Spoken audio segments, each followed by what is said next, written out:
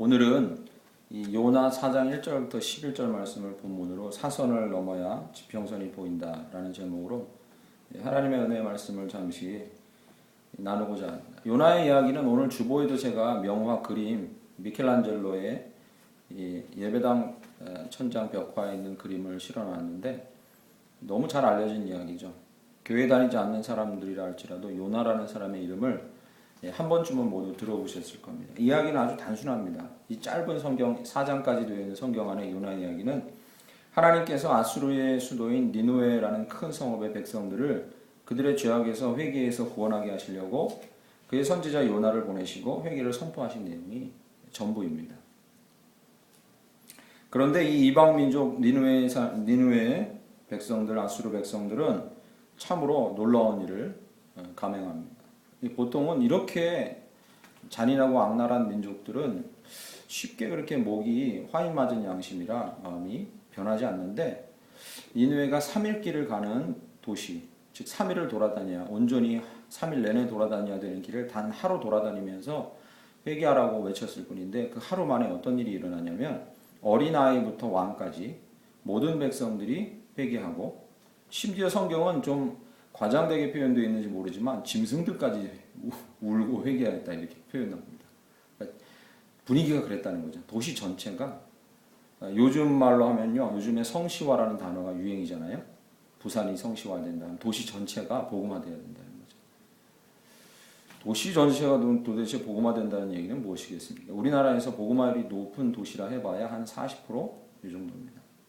성시화라는 건 한 7, 80%, 10명이면 7, 8명을 복음화하는 것이죠.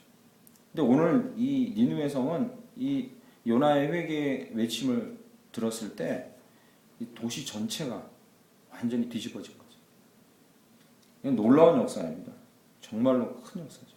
성경에서 자주 등장하지 않는 도시 전체가 회개하게 되는 이 놀라운 역사를 보게 됩니다. 하나님의 위대한 역사가 성취되는 이 아름다운 이야기에서 저희는 그렇구나, 이렇게 하나님이 행하시면 이렇게 악랄한 민족도 금방 회개하는구나 라는 이야기에서 이 정도의 사실을 아는 것으로 만족할지 모르지만, 그러나 하나님께서는 이 니느웨 아수르 백성이 회개한 이야기랑 똑같이 중요한 퍼센테이지를 가지고 이 요나서를 쓸 때 그 내용을 전개하는데 이 똑같은 비중의 이야기 하나가 무엇이냐면 요나 자신에 대한 이야기입니다.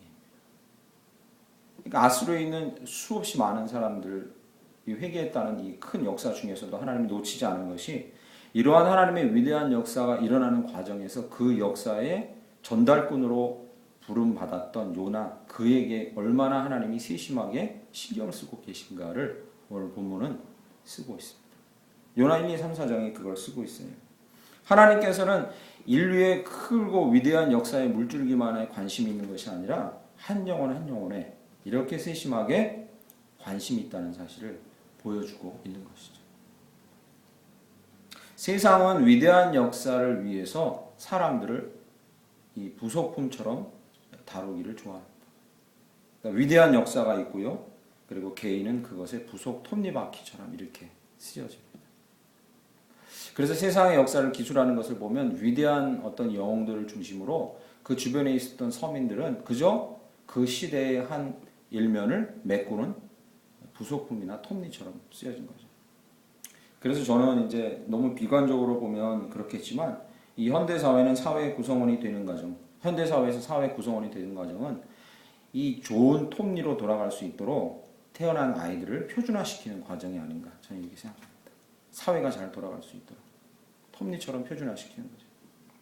그러나 하나님은 우리를 그렇게 절대로 그렇게 다루시지 않습니다. 위대한 자신의 역사를 이루시면서도 한 사람 한 사람 한 심령에게 하나님께서 세밀하게 관심이 있으시고 그를 다루시는 줄을 믿습니다. 요나의 이야기는 바로 그러한 이야기죠. 위대한 역사와 함께 요나를 다루시는 하나님의 역사가 나옵니다. 생각해 보십시오. 요나가 하나님께서 요나를 들어서 니느웨에 가서 회개를 전하라고 말했을 때 요나는 어떻게 했습니까? 정반대 방향으로 도망갔죠. 그죠? 끝까지 싫다고 도망갔습니다. 하나님이 가라고 하는 정반대 방향으로 이렇게 도망갔죠. 그러면 완전하시고 전능하신 하나님이라면 어떻게 하면 되겠습니까? 그죠? 자신의 위대한 역사를 이루는 것이 하나님의 가장 첫 번째 뜻이라면, 그것밖에 하나님의 목적이 없다면 요나를 이렇게 손으로 꾹 한번 지그시 눌러주면 개미가 죽듯이 이렇게 꾹 한번 눌러주시고 그러면 끝이에요. 그냥. 요나는 피조물이고 하나님은 완전하시고 전능하신 신이잖아요. 그냥 한번 꾹 눌러주시고 다른 존재를 들어서 사용하시면 돼요.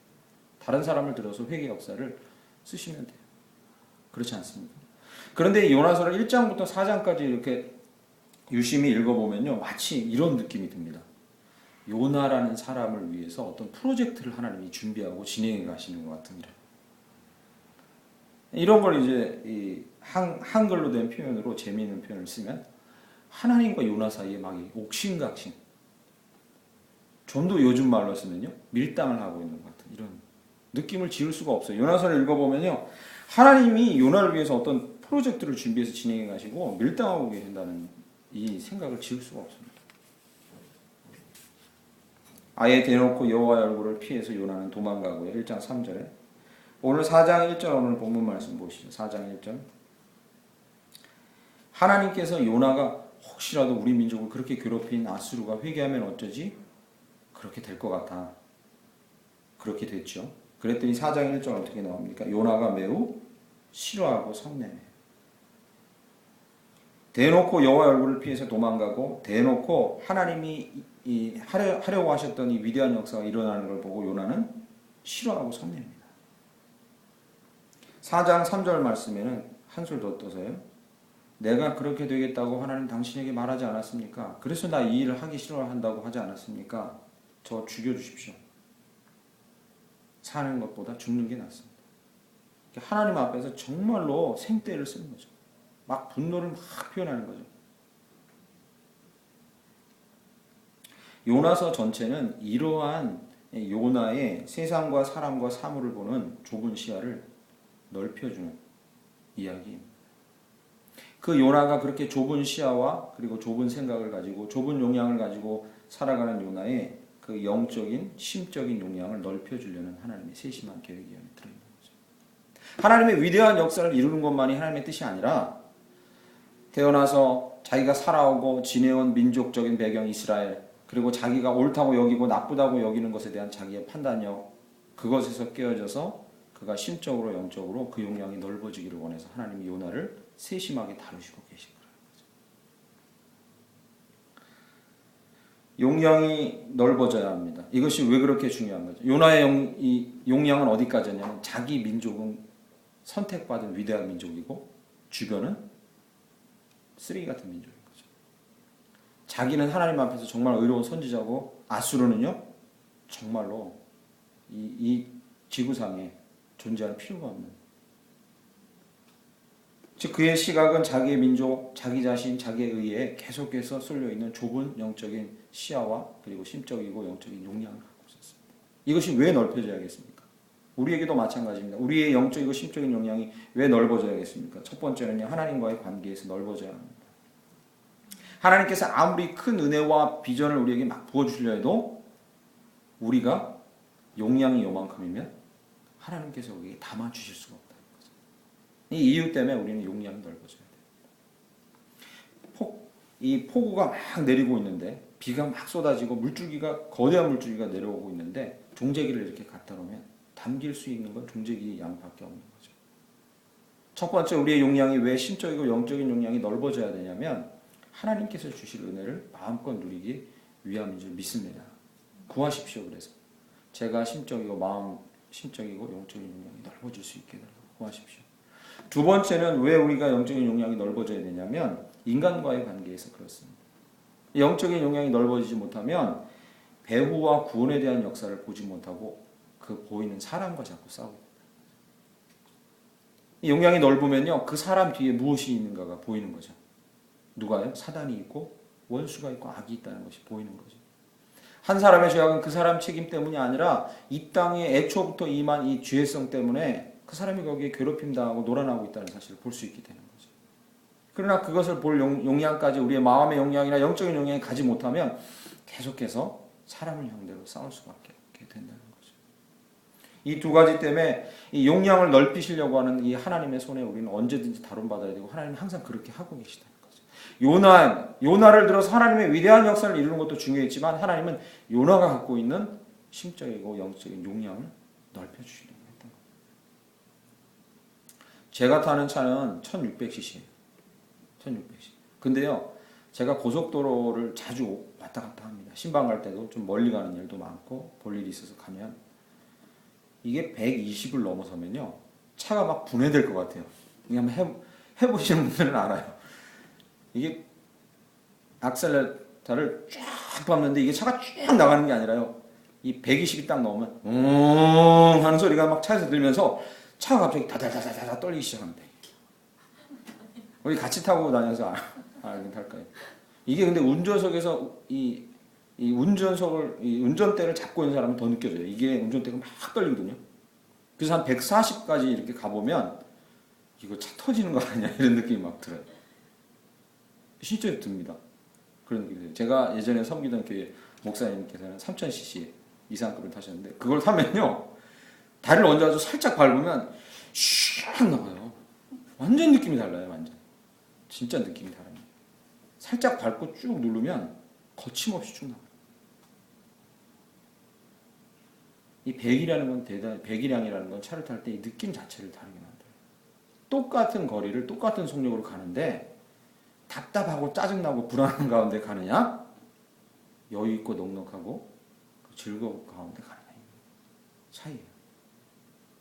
하나님께서는 요나를 들어서 자기의 일을 시키고 거기서 만족하게 하는 게 아니에요. 요나에게 그 자신의 이 하나님을 하고 있는 그 자신의 용량을 넓혀서 그 일을 답답하고 짜증나고 의무감이고 불안하게 하는 게 아니라 즐겁고 기쁘고 복된 가운데 하기를 원하고 계셨던 거죠. 하나님 우리를 향해서도 마찬가지입니다.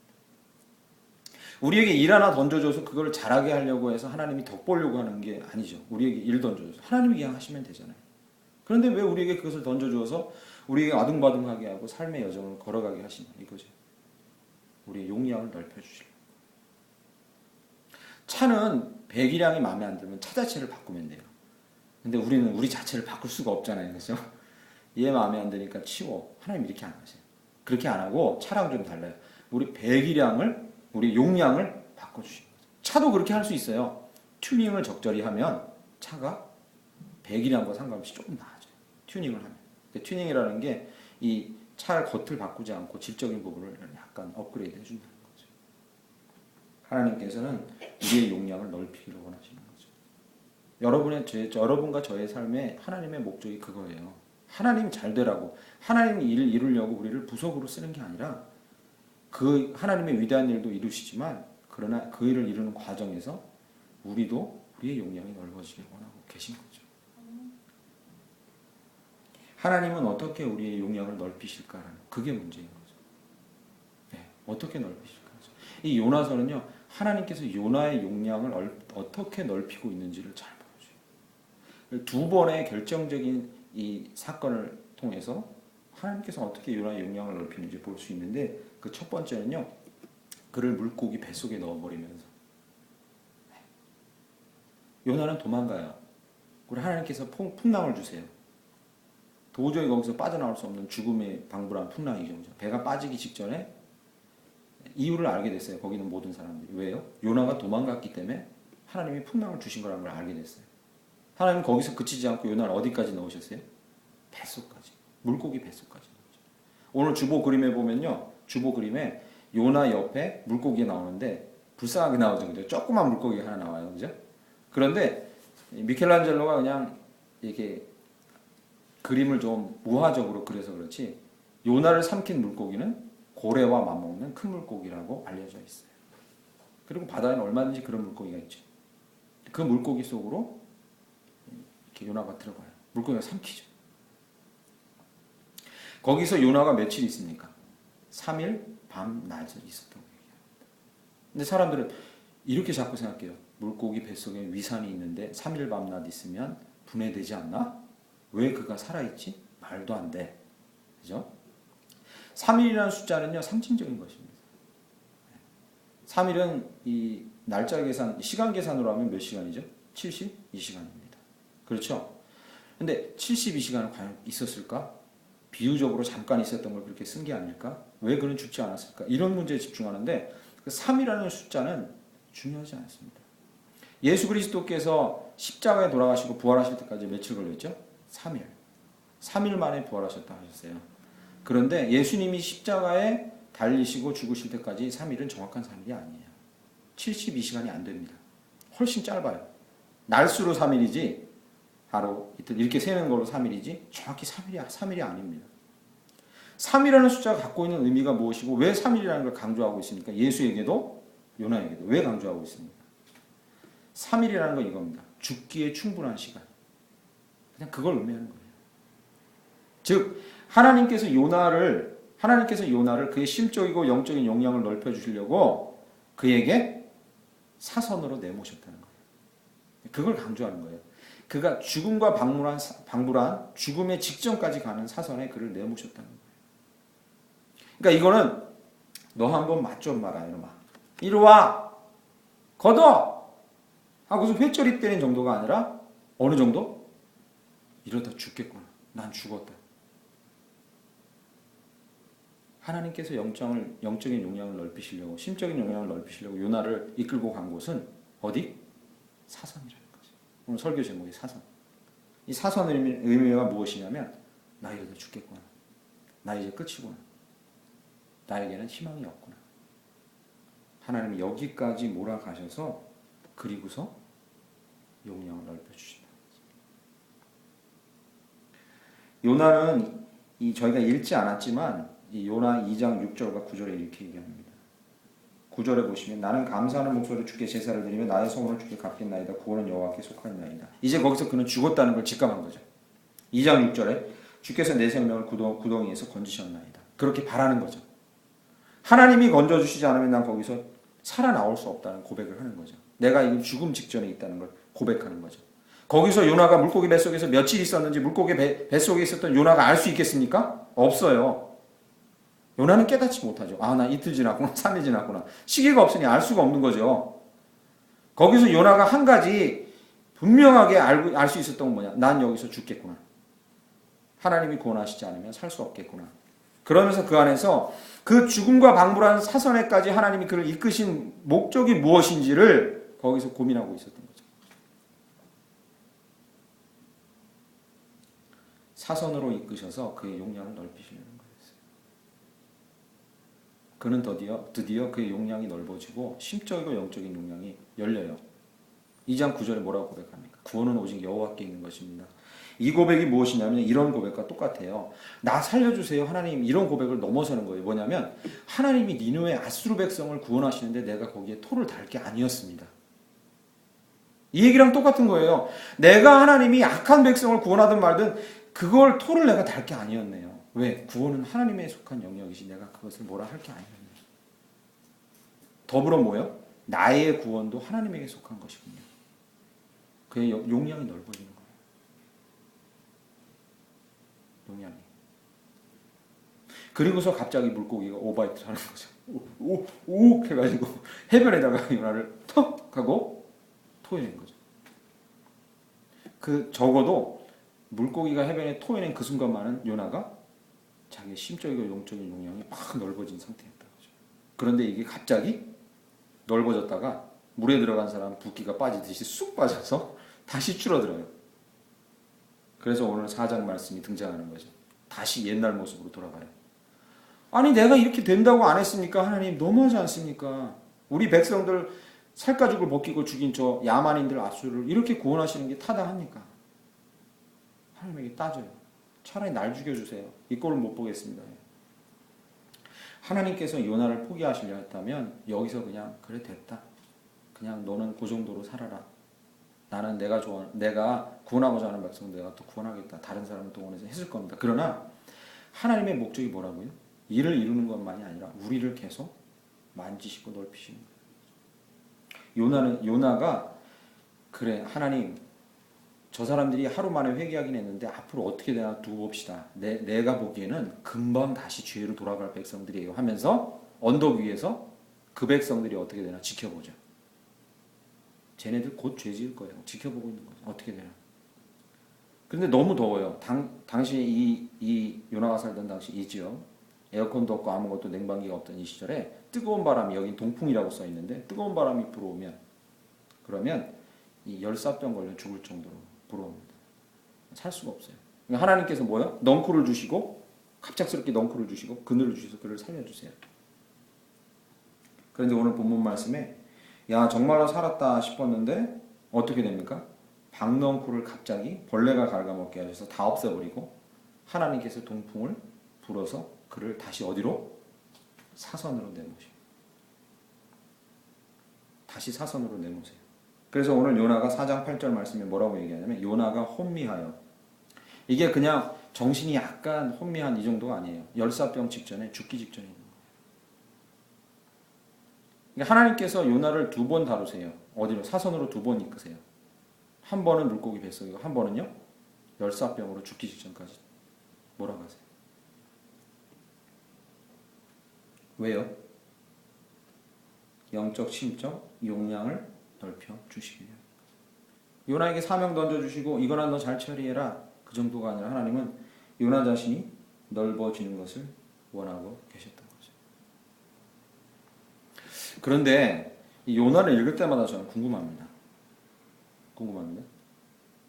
11절 뒤에 요나의 반응이 안 써 있어요. 그죠? 이건 참 제가 읽을 때마다 좀 궁금해요. 요나는 이 다음에 어떻게 했을까? 요나의 반응이 써 있질 않아요. 저는 믿습니다. 이 성경은 일부러 우리에게 도전하고 있는 거예요.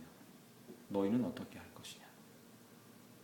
하나님이 너희를 사선으로 이끄시고 그리고 너희로 하여금 너희의 용량을 넓혀주려 하실 때 너희는 어떻게 반응할 것이냐라고 얘기하고 있습니다. 여러분 추측에 요나는 어떻게 반응했을 것 같습니까? 제 추측에는요. 이 다음에도 여러 번 다시 원래대로 돌아갔을 것 같아요. 사람이 그렇잖아요. 그죠? 계속 반복했을 것 같아요. 그런 일. 언제 나아질지 몰랐겠지만 그죠? 저희는 모르지만 저희에게도 묻고 있는 거예요. 하나님께서는 우리의 이 심적이고 영적인 용량을 넓혀주시기 위해서 계속해서 어디로? 야 이러다 죽겠구나. 이러다 끝이겠네. 희망이 없네. 이런 데로 몰아가신다는 거죠. 저희는 잘 알고 있습니다. 저희 스스로 저희가 깰 수 없는 딱딱한 것을 깰 수 없다는 걸 저희도 알고 있고 하나님도 알고 계십니다. 내가 갖고 있는 한계와 내가 갖고 있는 이 범위를 벗어나야지 용량을 넓혀야지라고 마음 가운데 다짐하고 이를 꽉 깨물고 열심히 한다고 그것은 될 일이 아니라는 것을 하나님도 알고 저희도 알고 있습니다. 그건 잘 안 됩니다. 쉽게 되지 않습니다. 그러면 무엇이 필요합니까? 그래서 사선이라는 것이 필요합니다. 그 선에서 우리가 넓어지기를 원하시는 하나님의 마음이 극에 달했을 때 때가 됐다고 판단하실 때 하나님은 이렇게 하십니다. 우리의 용량을 넓히시기 위해 죽음과도 박물한 사선으로 우리를 이끌어 가신다.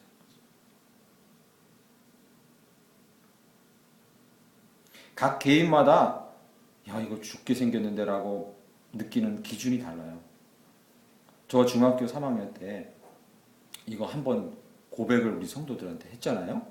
자유로워요. 저도 중학교 3학년 때 반의 부반장이었는데 아이들 졸업사진 찍은 걸 다 가지고 가방에 넣고서 다음날 가져와야 되는데 그 가방을 들고 이 폴링 인 러브 메릴 스트립이 나오는 영화 보려고 중고생 입장 불가인 그 영화관에 갔다가 그 사진을 통째로 잃어버렸네요. 거기서 그래가지고 거기서 일하던 아줌마한테 제발 찾아달라고 저녁까지 다 뒤졌는데 이게 없는 거예요. 그 사진 다 모아놓은 게요. 이게 엄청난 액수예요. 이게 당시에는 디지털 카메라가 아니었거든요. 필름이에요. 그 필름 자체를 다 잃어버린 거죠. 제가 보관했는데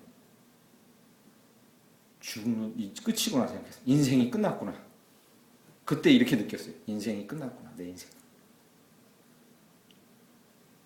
다음날 갔더니 담임선생님 다시 찍어 이렇게 한마디를 하시더라고요. 그러니까 그때 제가 느낀 게 있어요. 어떤 사람에겐 죽음의 환경이지만 어떤 사람에게 아무 일도 아닌 거예요. 그때 느꼈어요. 저는 인생이 끝난 줄 알았어요. 그때. 아버님 어머니도 얘기를 못하고 이게 난 끝이구나라는 이 느낌이 다 달라요. 나이에 따라 다르고 사람의 수준에 따라서 환경에 따라 달라요. 다 다른 거예요. 어떤 사람은 이런 것 때문에 죽음이구나 끝나지만 어떤 사람은 친구가 떠났을 때 죽음이라고 느낄 수도 있어요. 안 그런 사람도 있어요. 어떤 사람은 돈이 다 없어졌을 때 죽음이구나라고 생각하지만 어떤 사람은 그게 아무렇지도 않을 수도 있어요. 어떤 사람은 자기 아이가 죽었을 때 그렇게 느낄 수 있지만 어떤 사람은 그 상황에도 아무렇지 않은 사람도 있을 수 있어요. 다 다르다는 거죠. 무슨 얘기인지 아시겠죠? 사선이 누구 사선이 내 건지 이걸 판단할 게 아니에요. 저 사람 하나님이 사선에 이끄는 거야. 이거 판단할 게 아니라는 거죠. 자기 문제라는 거예요. 또 하나는 사선에 이른다고 죽지 않아요. 걱정하지 마세요. 하나님 우리를 사선으로 이끄시지만 죽이진 않으세요. 죽어도 우리는 영원히 살 거니까. 그죠? 그걸 염려할 게 아니라 이제 여기서 끝이구나라고 생각할 때 우리가 하나님께로부터 누릴 은혜는 뭐냐면 사선을 넘으면 지평선이 보이겠구나. 이 소망을 우리가 가져야 한다는 거죠. 사선을 넘어서야 지평선을 만나게 됩니다. 이 본문 말씀에서 이건 찾아온 거예요. 성경에서. 제가 지은 얘기가 아니에요. 시편 118편 5절은 이렇게 쓰고 있습니다. 내가 죽음의 고통 가운데에서 부르짖었더니 여호와께서 나를 광활한 곳에 세우셨도다. 이렇게 씁니다. 오늘 주보 맨 앞에 써 있죠. 제가 실어놨죠. 내가 죽음과 같은 고통 가운데에서 하나님께 부르짖었더니 여호와 하나님께서 나를 광활한 곳에, 넓은 곳에 세우셨다. 이 넓은 곳이 무엇입니까? 그거 해석 갖고 신학자들의 해석이 분분합니다. 시편 118편 5절로. 넓은 곳이 무엇입니까? 사막입니까? 광야입니까? 뭘 얘기합니까? 이게 중요한 게 아닙니다. 넓은 곳에는 지평선이 보여요. 앞이 트여 있다는 거죠. 하나님이 우리를 사선으로 이끄셔서 우리를 넓혀주실 때 우리는 지평선을 만나게 되는 거예요. 지평선. 등산을 가서 숨이 목까지 차가지고 저는 북한산, 서울의 북한산 북쪽 끝에 있는 산을 자주 다녔는데 한 3시간을 등산을 하고 막 바위를 이렇게 잡고 올라가다 보면 숨이 목구멍에 차고 죽는 거 아닌가라는 생각이 듭니다. 그런데 그 순간을 넘어서면 지평선이 보여요. 꼭대기가. 아무것도 제 시야를 가리지 않는 저 멀리 끝에 있는 지평선이 보이는 거죠. 예수님께서는 이렇게 요한복음에 말씀하십니다. 12장 25절에 자기의 생명을 사랑하는 자는 잃어버릴 것이요 이 세상에서 자기의 생명을 미워하는 자는 영생하도록 보존하리라. 할렐루야. 아멘. 이게 너희들 죽으라는 얘기는 그게 아닙니다. 사선에서 우리는 비로소 지평선을 발견하게 된다. 이제 끝이구나라는 대로 인도하시는 하나님이 우리를 죽이시려는 것이 아니라 우리로 생명을 보게 하시고 더 넓은 지평선을 만나게 하시려는 것이구나라는 것을 깨닫게 된다. 예수님께서도 말씀하고 계십니다. 우리는 하나님을 기대하고 하나님의 은혜와 복을 기대합니다. 늘 그렇습니다. 성도가 그렇게 살아가는 거죠. 그게 성도의 삶의 방식입니다. 그런데 앞전에도 말씀드렸지만 받아 누릴 만한 용량이 작다면 우리께 될 수가 없습니다. 절대로 그렇게 될 수 없습니다. 그래서 하나님은 먼저 우리에게 용량을 넓히고자 하는 일을 하려고 하시는 거죠. 계속해서 하려고 하시는 거죠. 하나님 때문이 아니라 우리 때문에 넓어져야 많은 것을 누릴 수 있기 때문입니다. 목에 차는 어려움과 죽을 것 같은 절망적 상황, 하나님이 일부러 우리를 그런 사선으로 이끄시고 또는 우리가 그리로 가는데 모른 척하고 계세요. 그때 여러분 요나와 같은 반응을 하시길 간절히 축원합니다. 어떤 반응이요? 2장 9절에 구원은 하나님께 있습니다. 저의 삶은 하나님의 손에 있습니다. 하나님께서 나를 구원하시고 이 땅에 구원의 역사를 베푸시며 섭리하실 분이심을 믿습니다. 하나님께서 나를 이렇게 이끄신 것은 나의 용량을 넓히시고 하나님에 대해 큰 것을 경험하게 하시려는 것인 줄 믿습니다. 라고 고백하시길 간절히 축원합니다. 그렇게 그 사선을 넘었을 때 우리는 반드시 보게 될 겁니다. 전에는 그렇게도 걸기적거리고 눈에 가시 같고 어떻게 해야 될지 모르겠던 문제들이 모두 눈 아래 깔리거나 없어져 버린 것을 우리가 보게 될 것입니다. 이러한 은혜가 우리 가운데 있기를 넘치기를 간절히 축원합니다. 하나님께서는 사선을 넘어 지평선을 보게 하실 것입니다. 아멘. 이런 삶을 살아가시길 간절히 축원합니다. 우리 찬양하고 간구와 고백의